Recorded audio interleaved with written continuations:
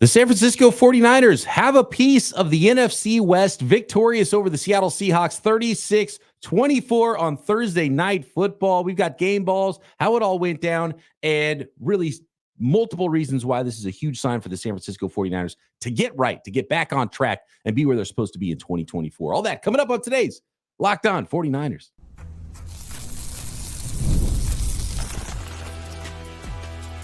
You are Locked On 49ers, your daily San Francisco 49ers podcast, part of the Locked On Podcast Network, your team every day.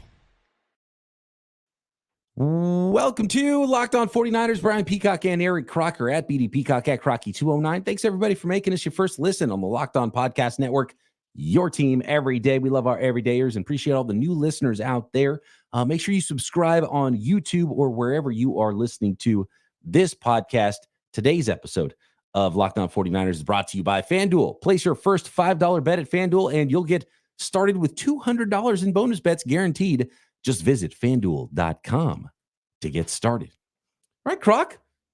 Niners won a game. They won an NFC game. They held on after a 2-score lead and finished a stinking game and beat the Seattle Seahawks 36-24.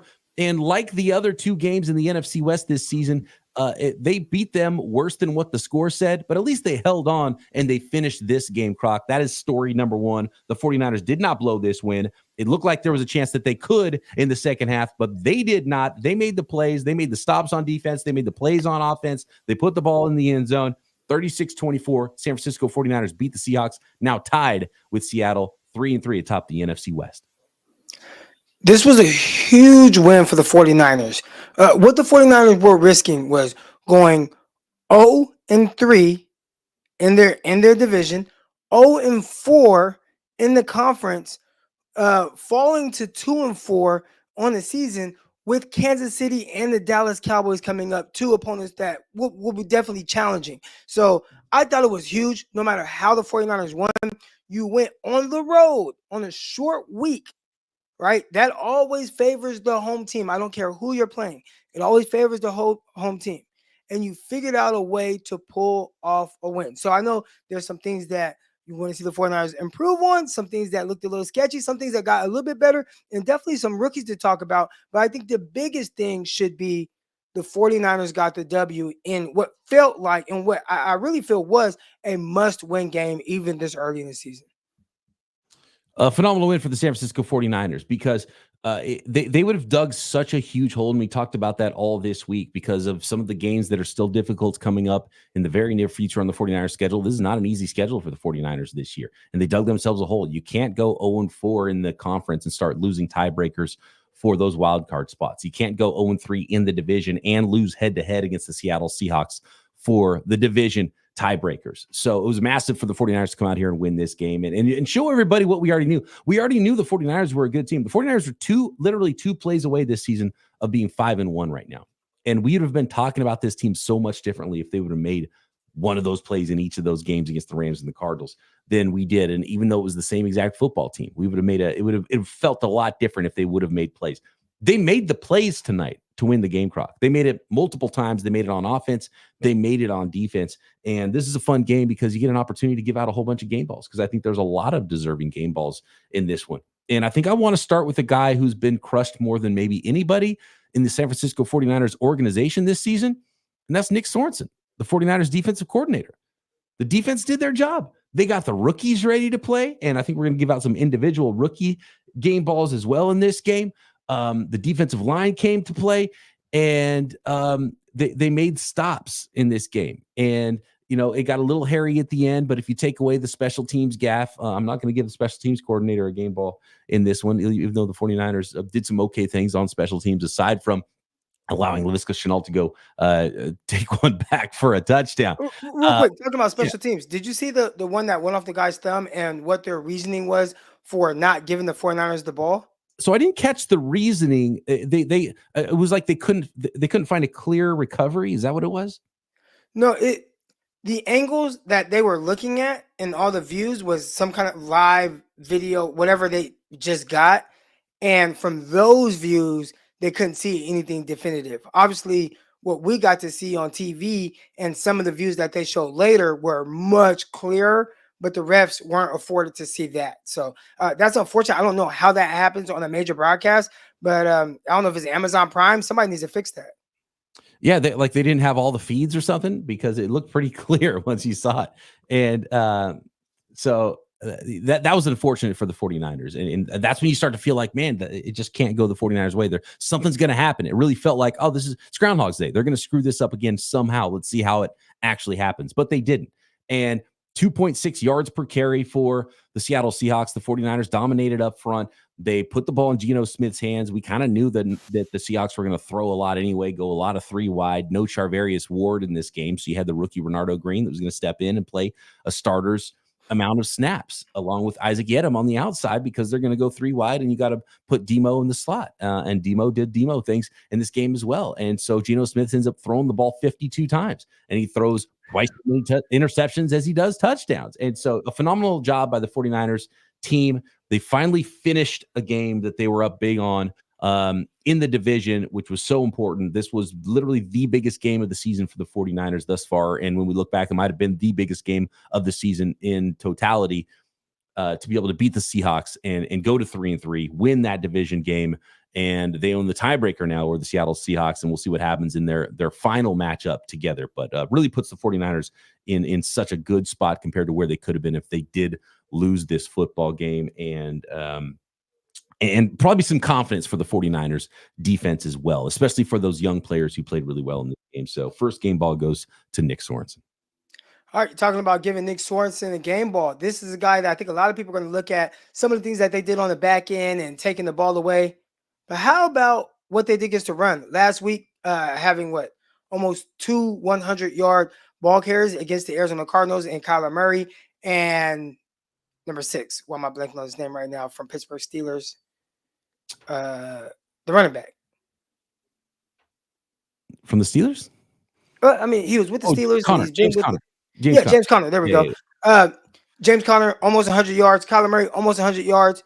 Well, against the Seahawks, all right, 20 carries as a team, 52 yards, 2.6 yards per carry. So you want to talk about turning some things around, figuring things out. Part of it is Seattle. They've been struggling to run the ball, especially in the first half. And this game, they struggled first half and second half. They just can't figure it out. But the 49ers, again, I think there's something to be said when you do what you're supposed to do. And one thing they were supposed to do, stop a bad rushing team from being able to run the ball on you. And they did a really good job of that. We got to heap some praise on the rookies, right? And former cornerback Eric Crocker. I'm going to save some players for you. I'm going to go with Malik Mustafa, who didn't play in the second half because he hurt his ankle, and so I hope he's able to come back.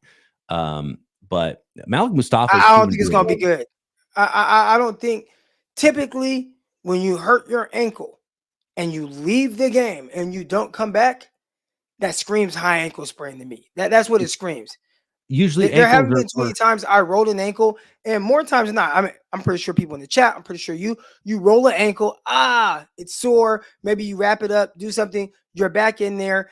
After the game, it swells up, it's really stiff, and it takes a few days to kind of get that swelling down or whatnot.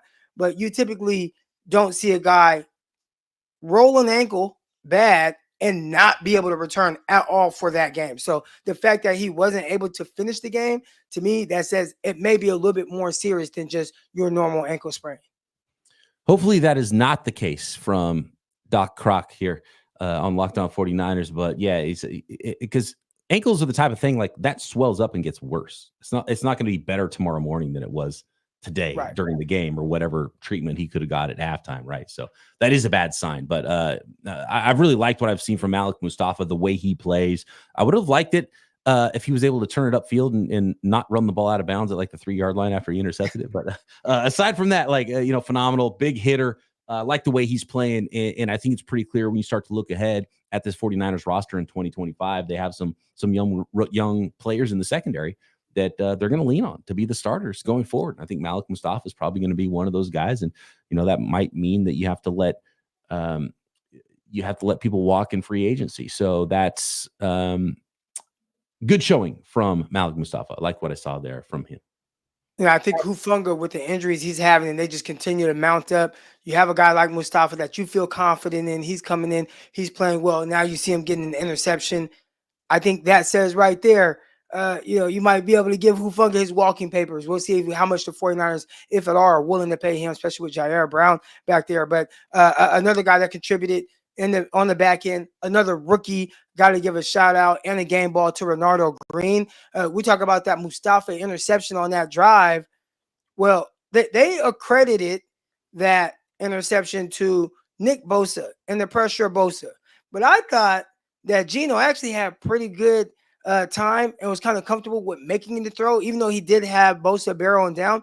I think the biggest person that was responsible for that interception was Renardo Green and his coverage. He had really tight coverage on Tyler Lockett running a crosser, and that made Geno have to try to throw a perfect pass kind of over the top of the defensive back. It settled on him just a little bit, and that's why Mustafa was able to get the interception. So shout out to Renardo Green on that play. On the very next drive, he had a nice PBU. Obviously, later in the game, huge interception when they kind of had a little bit of momentum going. They got to stop against the 49ers. They had an opportunity to potentially drive down the field and actually take the lead. And it looked like Geno Smith and DK maybe not quite on the same page. DK Metcalf started kind of drifting up a little bit. I think Geno wanted him to flatten that off and not allow the cornerback to be able to undercut the ball. Whatever, the 49ers were the beneficiaries of it. Renardo Green was a beneficiary of it. And watching him make that play right there in that key moment, I think that gives a young cornerback a lot of confidence. So shout out to the young guy, made some plays, gave up a catch here and there, but for the most part, I thought he was really, really, really good. Yep, phenomenal stuff. Absolutely, Renardo Green deserving of a game ball in this one. All right, more from this game. Niners defeat the Seattle Seahawks, and more game balls to give out, and some props for the offensive side of the ball as well coming up next. This episode of Locked On 49ers brought to you by Robinhood Gold. With Robinhood Gold, you don't need a silver spoon to eat up the financial favors of the 1%. Robinhood Gold allows others to get the rates and perks usually reserved for the high society. Now, the resourceful individual with Robinhood Gold can earn the very liberal rate of 4.5% APY on uninvested cash, receive unlimited 1% deposit bonuses, and be rewarded with a handsome 3% retirement boost on an IRA account. Robinhood Gold provides the privileges of a high net worth for any net worth. These generous benefits are now available for only $5 a month. The new gold standard is here with Robinhood Gold. Sign up at Robinhood.com/gold. Terms apply for product-specific disclosures. Visit Robinhood.com/gold. Investing involves risk. Rate may change. Gold membership is offered by Robinhood Gold, LLC. This episode is also brought to you by our friends at Prize Picks. And by the way, did Jordan Mason not hit the more than on Prize Picks with what he was doing in the first half? I think it was like 80 yards. And he was about 82 and a half, and he was close. Came in the second half, had a nice run, was inching closer to that number, but obviously left the game early with an injury. 9 carries, 73 yards. So I think he did come up short, but can't fault anybody for going with the more than on Jordan Mason's rushing yards. He was phenomenal. And then Isaac Guerrero hit the big run. Thankfully, the 76-yarder. There's a little bit. I think he leaves some yards out there on the field. I think the 49ers really need Jordan Mason to come back and be healthy. But anyway, talking about Prize Picks here, and there's so many more thans that did hit. George Kittle, for example. Brock Purdy, for example. And I don't think there was any Renardo Green stat projections at Prize Picks, but there should be. All right. Prize Picks is the place to play DFS. It is the most exciting and fun and easiest way to play DFS. And you can now win up to 100 times your money on Prize Picks with as little as 4 correct picks. And when you sign up today, you get $50 instantly when you play $5. You don't even need to win to receive the $50 bonus when you play that $5. It is guaranteed. So download the app today and use promo code LOCKEDONNFL for $50 instantly when you play your first $5 lineup. Again, that is promo code LOCKEDONNFL to get $50 instantly when you play your first $5 lineup at Prize Picks. Run your game.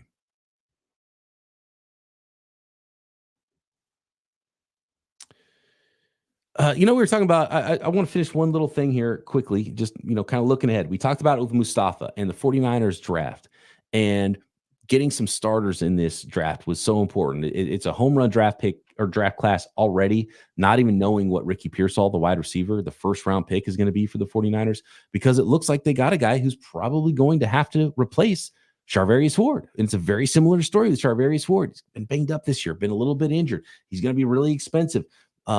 Do you go with the rookie next year as the starter outside with Diamador Lenore and maybe pay Lenore because he's a free agent as well? You can't pay both. So I think the writing's on the wall. You might see Hufanga walk. And of course, you want Hufanga to come back and be healthy and play this year. You want Charvarius Ward to come back and be healthy for you this year. But when you see a game like this and you realize, man, the 49ers might have some really young, cost-controlled players that are legit starters in the NFL, and Malik Mustafa at safety, and now Renardo Green at cornerback to replace legit starters that you might need to let walk in free agency, because you've got to pay so many guys. You can't start paying another safety and another corner and another corner and another guard and Dominic Pooney, another starter, so they can potentially let Aaron Banks walk. So that's where the 49ers are right now with that. And so it's phenomenal to see guys like Renardo Green and Malik Mustafa show up big in big moments against a team that has a star-studded skill group, right? Like that was when we found out before the game that Charvarius Ward wasn't going to play. It's like, man, okay, step up. We got second-year safety, rookie corner, a journeyman corner, and Diamador Lenore in the secondary against DK Metcalf, Lockett, Jackson Smith, and Jigba, first-round pick. And good luck, guys. And they were phenomenal. They flat out beat the other guys. It wasn't just like, hey, way to hold your head above water. They beat them in their house. Yeah. And there were a couple. I mean, there was a really good play. I want to say it was Odom that was beat by Tyler Lockett. And, I mean, just a terrific throw by Geno Smith on that one. But the 49ers did get the benefit of an illegal shift where the Kenneth Walker was kind of moving still, didn't just stop his feet, which he could have easily done. And they got burned deep by DK Metcalf, a guy I have on my fantasy team. So, as long as the 49ers win, I just want them to win. But can I get this touchdown, please, in these 50 yards? But aside from that, I thought the 49ers on the back end did a terrific job of really kind of just being there and really making them work. I mean, to give up 300 yards on 52 passing attempts, I think that's a terrific job by such a young group who's really gaining experience on the fly. I think we got to give a game ball to George Kittle and his 2 touchdowns. The 49ers, the thing they haven't been able to Wait. We can't. I mean, I get it. We can give Purdy game balls and stuff like that, but can we start with Purdy and how well he played and then get to George Kittle and maybe the pass catchers? I mean, I wanted to finish with Purdy. I wanted Purdy to be like the closer, right? You close, the concert with Freebird, right? You don't open with Freebird. You close with that one. I wanted to go with Kittle jumping into the crowd with his wife, along with Kyle Juszczyk and his wife, a phenomenal moment in the game. And the reason it's big for me with George Kittle and the 2 touchdowns, and obviously Debo with the touchdown, and he had 102 yards on 3 catches because he had a 76-yarder along with Garendo's 76-yarder. That was the magic number of the day, was 76 yards. The Niners had problems in the red zone, and they scored in the red zone with George Kittle. So it was super important. I guess one of them was a 29-yarder, right? That wasn't that's still red zone-ish. They put it in the end zone, right? Yeah. And so, by the way, did Garendo slide on purpose, or was he tackled? Yeah, he get tripped up. Smart play. Now, okay, I'm not the selfish guy. I would have pulled a Kyle Juszczyk. Like, forget this. I'm going to score. I'm getting in the end zone. And for a rookie, you have not scored a touchdown. You haven't scored an NFL touchdown. I get you want to do the smart thing. Get in the end zone, bro. Get in the end zone. The 49ers, they'll still win this game. But that was a very smart play. I'm pretty sure the coaches would appreciate him sliding down. He could have easily ran into the end zone. Because early in the game, it looked like, oh, no, field goal again. And by the way, Matthew, can we give a game ball to Matthew Wright, the replacement kicker that comes in 3 for 3 on field goals and nails all of his kicks? And you don't want to see the field goals. You want to see the touchdowns, but it started to look like, oh man, it's 16. When you have 16, that's an ugly score. 16-3. It's like, oh God, are they going to do this again? And And then they started putting the ball in the end zone. So they did have some red zone problems in this game, but they got down there so many times that they also scored a bunch of touchdowns in the red zone. So good on the 49ers for scoring in the red zone, even though early they were trying to let the Seahawks hang around. Did you pick up Wright in fantasy? No, I went with 49ers legend Chase McLaughlin. I picked him up instead of Wright. Three field goals plus how many extra points? 3 and 3. Is that 2, what it was? because one they went for a 2-point conversion. All right, so a 2-point conversion. So that's still a pretty good amount of points. I should have gone with Wright. You nailed that one. And you actually dropped the Seattle kicker Jason Myers to pick up Wright, didn't you, in your fantasy league? Correct. Yeah, nice move, Croc. Yeah. Anytime I have a chance to get a 49ers kicker, especially you got to go get them. Because the 49ers move the ball so well. And now they're struggling in the red zone. So it's kind of a cherry on top where, usually maybe they're in scoring range a lot. They're scoring touchdowns, but I got to kick a couple field goals. Now it's 3 field goals. Here we go. I'll take all those fantasy points. But great job by Wright. It seemed like the moment wasn't too big for him. I mean, again, this was a big game for the 49ers. I think the bigger question is Wright hurt? Matthew Wright, he went in for a tackle, pulled a Jake Moody. Bro, what are you doing? The dude you're replacing just got ran over and high ankle sprain. And here you are. I love the toughness. I love the mindset, but let's be a little smarter here and protect ourselves from going head up with a big returner. And Laviska Shenault is not a little guy. Well, look, and on top of that, after last week, why are we not kicking the ball out of the end zone, right? And maybe Matthew Wright doesn't have the leg for it, but I think most NFL kickers can kick the ball out of the end zone with relative ease. If I'm Kyle Shanahan, I'm kicking down the door of the special teams meeting, and I'm saying you kick the ball out of the end zone every single kickoff, every single time. I don't want my kickers tackling. I don't want to return for a touchdown. Imagine how different things could have gone if 49ers just kicked the ball out of the end zone. Right. Every time this year. Nothing good has happened by the 49ers not kicking the ball out of the end zone so far this year on kick coverage. All right, next, more game balls. I think I know where Croc's going. I'm going to let him give out the next game ball here in this one. And it looks like we have some updates from Kyle Shanahan on the injury front, specifically Malik Mustafa. Next. Today's episode of Locked On 49ers is brought to you by FanDuel, America's #1 sports book, and NFL fans right now can start the season with a big return, and that return is $200 in bonus bets to play with. So you go to FanDuel.com, you sign up and play your first $5 bet, and guess what? You get $200 extra in bonus bets to play with, guaranteed. You don't even have to win that first $5 bet, and then you can go bet on your San Francisco 49ers to win the Super Bowl. You can go bet on weekly lines. You can go bet on prop bets, coach of the year, player of the year, defensive rookie of the year, Malik Mustafa or Renardo Green if you want. You can bet any sport that exists on the planet. I swear there's so many ways to play at FanDuel. It's pretty unbelievable. And by the way, when you get a hunch in the middle of the next 49ers game, or you're watching football on Sunday or Monday Night Football, and you want to check out the latest stats, live play-by-play, and so much more, you can find it all on the very same page where you're placing your bets at FanDuel.com, and get that extra $200 in bonus bets guaranteed when you place your first $5 bet. Just go to FanDuel.com or download the app and get America's #1 sports book. That is FanDuel.com.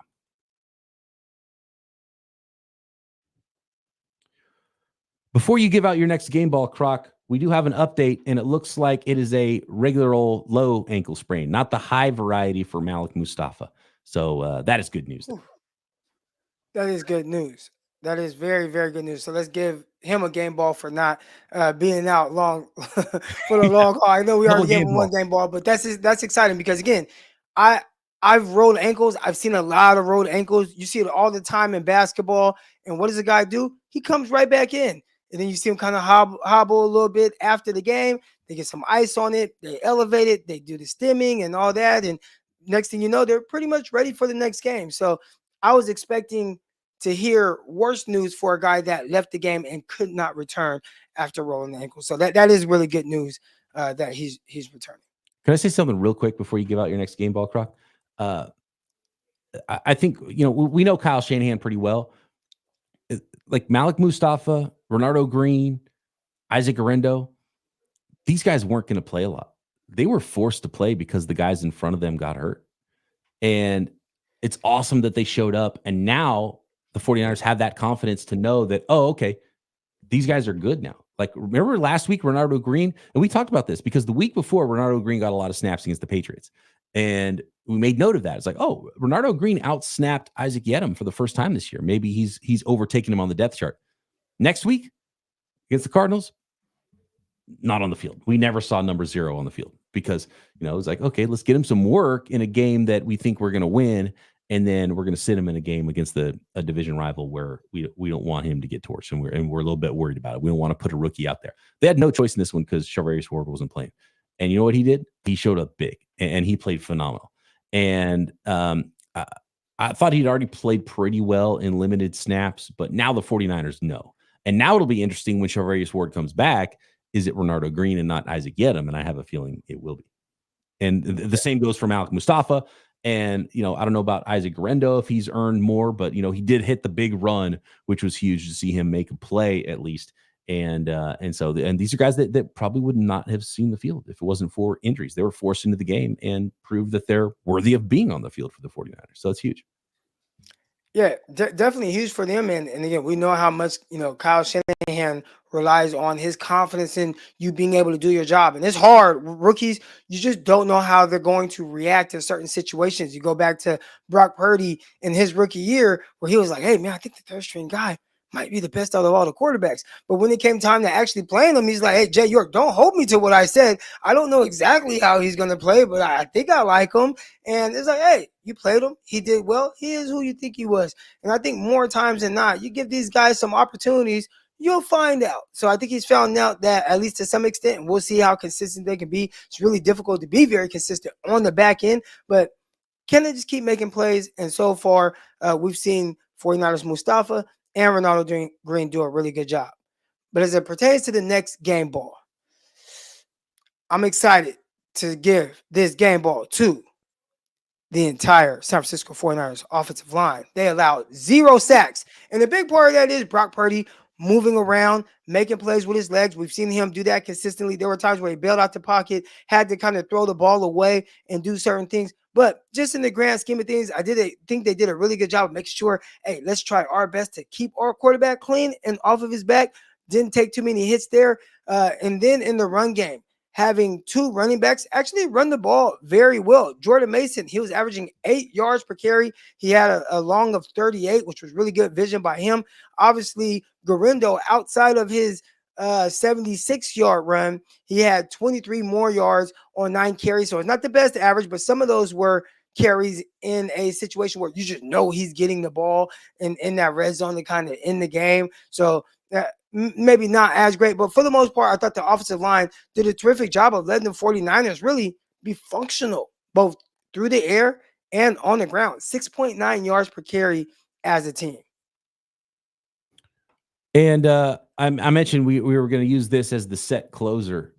We got to give Brock Purdy a game ball in this one. And he's been phenomenal for the 49ers this year. And I think last week wasn't his best game of the year. He was much better this week. He was really good in the first 4 games as well. He was 18 of 28 in this one, 255 yards, 3 touchdowns, no interceptions, 129.3 passer rating, some vintage Brock Purdy in this game. And again, found a way to get the ball in the end zone. And I think George Kittle is an important player for the 49ers in the red zone too. And I don't know why their red zone offense has been so weird. And it was weird in this game. And then they finally were able to find the end zone a few times. Obviously, Chris McCaffrey helps and it would be better, but that doesn't explain the whole thing. So there's something else going on. But I would like to actually see Brock Purdy use his legs a little bit more in the red zone. I think that's something that the 49ers could utilize. But again, Brock Purdy, really good in this game. He absolutely deserves the game ball. And I know you believe he deserved a game ball as well. So I want to make sure we give one to Brock before we go. Yeah, and I think it's a little difficult for him to use his legs in the red zone because he's not really fast.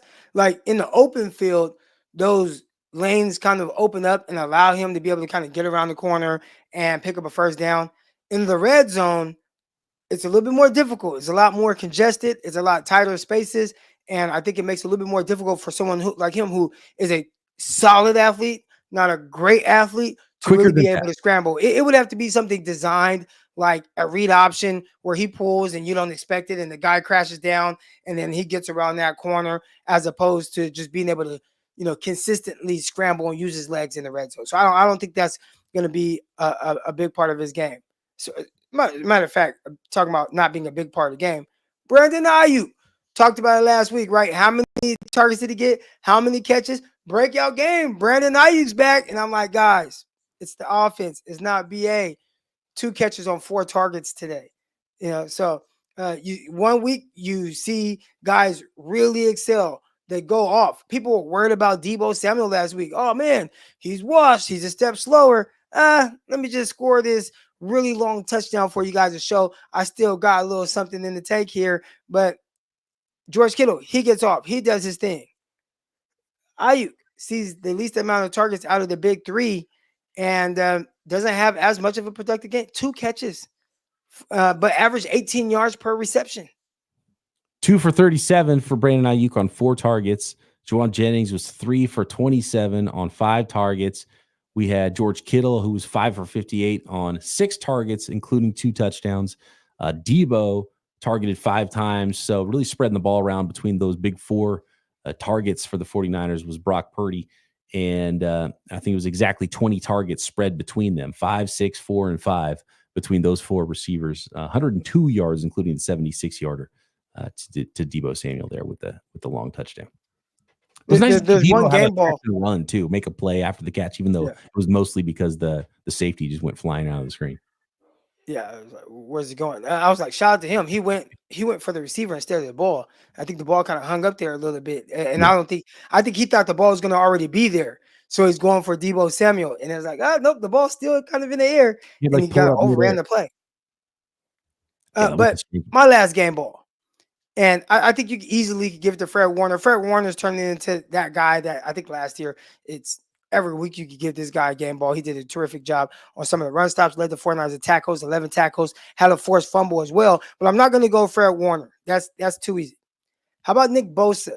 He's been a guy who, outside of that Vikings game where he had multiple sacks, been a little on the quiet side of things. And to watch his impact on this game here is not going to show up a whole lot in the stat sheet outside of his 2 quarterback hits. But I thought he did a tremendous job of consistently having to move Geno Smith off of his spot. I mean, I don't think Geno Smith was super comfortable throwing from the pocket a whole lot, especially because of that guy rushing off the right side of the offensive line. So shout out to Nick Bosa. He was pressuring the quarterback early and often in this game. I believe he had 4 pressures in the first half, another 4 or 5 in the second half. A couple QB hits knocking them down. One was like immediately, but Geno had to hurry up and get the ball out of his hands. Terrific job by him. Definitely have to give him a game ball. Yeah, you finally saw that that relationship between the defensive line and the secondary. And we talked about that first interception from Malik Mustafa. Malik Mustafa obviously making a great play, going over the top, making the catch. But Renardo Green had really good coverage on, I think it was DK, right? And was undercutting the route as the ball was coming over. So Geno Smith had to put it over the top. But then also Nick Bosa had a little bit of pressure. So that might have affected the throw as well. Try to get out just a little bit early. Maybe you got to throw a little bit higher than you want to. So all these things working together for the 49ers.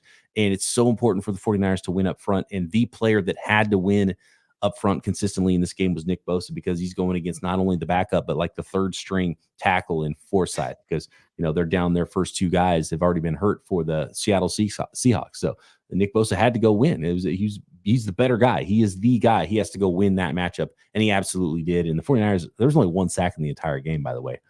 Sam Okuwanu, phenomenal season for the 49ers, coming in and out of nowhere and being productive and being an important member of that defensive line rotation for the 49ers. Got the only sack in this entire game. But Nick Bosa, even though he didn't get a sack, hit Geno Smith a few times, and he had at least 6 pressures in the first half, I know. So I don't know how many total pressures he had in the game, but he had a bunch of them and was absolutely hugely impactful. And so when you look at Nick Bosa and you look at his overall stats and you see his sack numbers on the year, he's just so much better than that, so much more impactful than those raw sack numbers.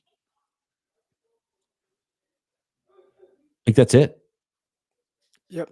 Should we get out of here? You know who gets Good a game win, 49ers. all the folks out here in the chat hanging out with us live post game. I know everyone's jacked up here, and huge win. It's so important for the 49ers to get this win this week to beat the Seattle Seahawks, now tied with the Seahawks atop the West at 3-3, have that all-important head-to-head win against the Seattle Seahawks right now, and now a little mini bye to lick their wounds a little bit and get ready for the Kansas City Chiefs. And of course, Croc and I will be with you every single day here, breaking everything down that goes on with the San Francisco 49ers. We'll have more reports about what's going on Monday with the 49ers, all the latest injury reports, and of course, get you ready for Week 7 and beyond. Thanks, everybody, for making us your first listen. For your second listen, check out the Peacock and Williamson NFL show and any of the other 200 podcasts here on the Locked On Podcast Network. Subscribe on YouTube or wherever you get your podcasts. Croc and I back Monday right here, Locked On 49ers.